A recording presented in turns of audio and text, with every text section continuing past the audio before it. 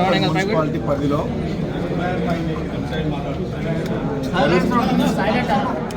జరుగుతున్న అభివృద్ధి కార్యక్రమాల మీద స్వయంగా ఫీల్డ్ మీద పోయి రోడ్లు కానీ డ్రైనేజ్ పనులు కానీ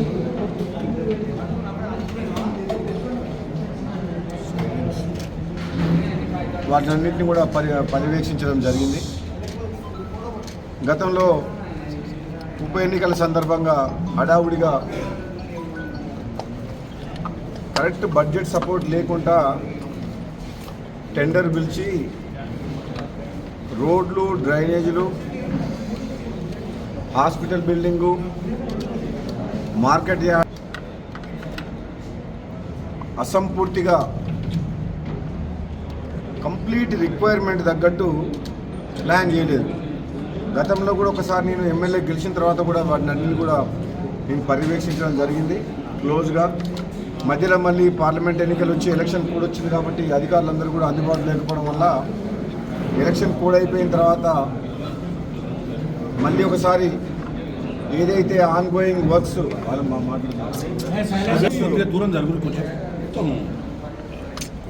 ఏదైతే చేయాలంటే మున్సిపాలిటీలో ఉన్న సమస్యలు కానీ వాళ్ళకున్న ఇబ్బందులు కానీ వాళ్ళకున్న పేమెంట్ ప్రాబ్లమ్స్ గురించి చాలాసేపు దాదాపు 3.5 గంటల పాటు 3.5 hours కంటిన్యూస్గా అధికారులతో కలిసి ఫీల్డ్ మీద పోయి మళ్ళీ వచ్చి అధికారులతోటి రివ్యూ మీటింగ్ కూడా చేయడం జరిగింది. తప్పకుండా చౌటుప్పల్ మున్సిపాలిటీ ప్రజలందరికీ కూడా నేను మీకు మాటిస్తున్నాను, యూట్యూబ్ ఛానళ్ళ మీద ఎవరికి కంట్రోల్ లేదు. రోజు ప్రతి ఒక్కరి మీద కథనాలు వస్తాయి. అందులో మా అటువంటి లీడర్ల మీద ఇంకా ఎక్కువ వస్తాయి. పనులున్న చెట్టుకే రాలేస్తారు అన్నట్టు ఏదో ఒకటి కోమటిరెడ్డి బ్రదర్స్ని, ముఖ్యంగా రాజగోపాల్ రెడ్డిని ఎప్పుడు ఏదో ఒకటి కామెంట్ చేస్తుంటారు. కాంగ్రెస్ పార్టీ అధిష్టానం మాకు ఒక మాట, ఒక బాధ్యత ఇచ్చింది పార్లమెంట్ ఇన్ఛార్జిగా గెలిపియమని. 2,22,000 మెజార్టీతో గెలిపించినాం. రాబోయే రోజుల్లో కాంగ్రెస్ అధిష్టానము ఏ బాధ్యతలు అప్పచెప్పినా ఎంత అసాధ్యమైన అదైనా సరే ధైర్యంగా మా నాయకులు కార్యకర్తలు మేము అందరం సమిష్టిగా పోయి ఆ అధిష్టానం అప్పచెప్పిన పనిని కంప్లీట్ చేస్తాం. రాబోయే రోజుల్లో ఏ బాధ్యత ఇచ్చినా సరే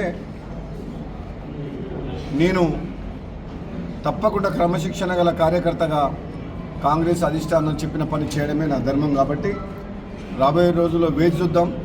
మరి మున్గోడు ప్రజలు, భువనగిరి పార్లమెంటు, నల్గొండ జిల్లా ప్రజలు ఎదురు చూస్తున్న శుభవార్త వస్తుందని నేను అనుకుంటున్నా. తప్పకుండా ప్రభుత్వం మనది ఉంది కాబట్టి నాకెంతో ప్రియమైన నియోజకవర్గం. అంటే ఎంత ఎమోషనల్ బాండింగ్ నాకు ఏర్పడ్డదంటే మునుగోడు ప్రజలతోటి.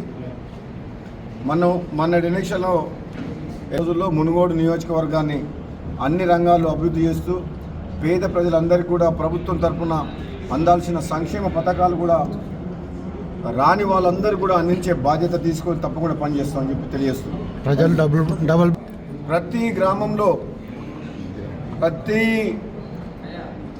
వార్డులో, మున్సిపాలిటీలో ఇల్లు ఉండి, స్థలం ఉండి ఇల్లు లేని నిరుపేదల అందరికి కూడా రాబోయే రోజుల్లో ఇందిరమ్మ ఇల్లు కట్టిస్తామని చెప్పి కూడా ఈ సందర్భంగా మాటిస్తున్నాం.